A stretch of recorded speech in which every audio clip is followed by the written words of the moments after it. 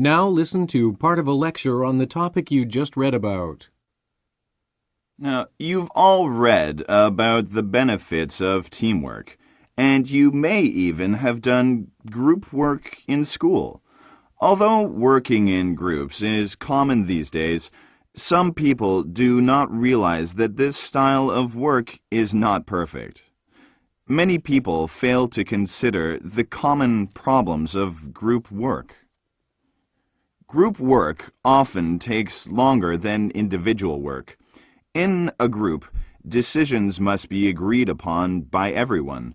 However, each team member has a different idea on how the task should be completed, so it is difficult to reach group agreement.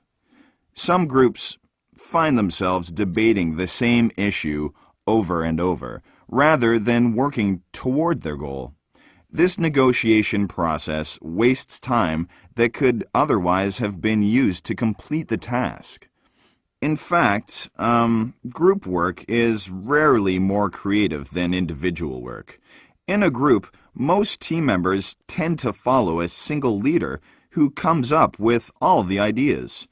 In other words, one or two strong personalities may dominate the group discussions, and other team members may be afraid to express their ideas. So the team does not benefit from having many different perspectives. When this happens, the strong leaders end up being like traditional bosses, and the purpose of teamwork is ruined.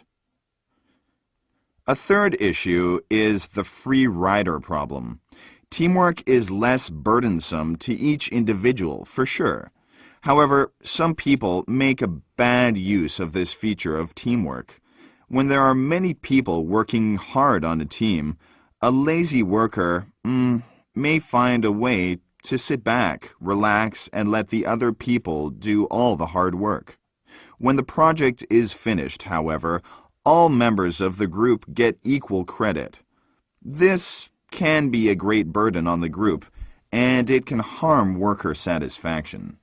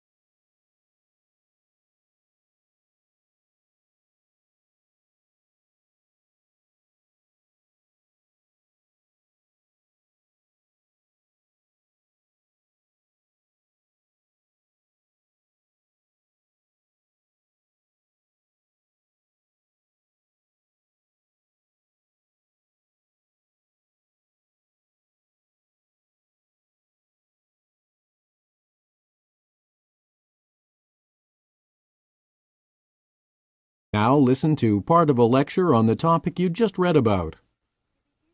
According to the reading passage, there seems to be a big problem recruiting doctors for these small towns, but most of the reasons stated as to why new doctors prefer to start their careers in the city rather than the country are not all that convincing. First of all, working in the rural medical practices could give financial advantages to newly qualified doctors. Everyone knows doctors in the countryside don't make as much as those in the big cities. However, even though they do make less money in the country, the cost of living is proportionally lower than that in the city.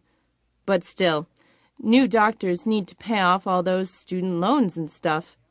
One way to get doctors to go to the countryside might be for the government to arrange some sort of funding so that for 2 or 3 years, loan repayment could be waived for doctors who commit to working in rural areas, or something like that. That'd make it much more financially attractive for new doctors to work in small towns.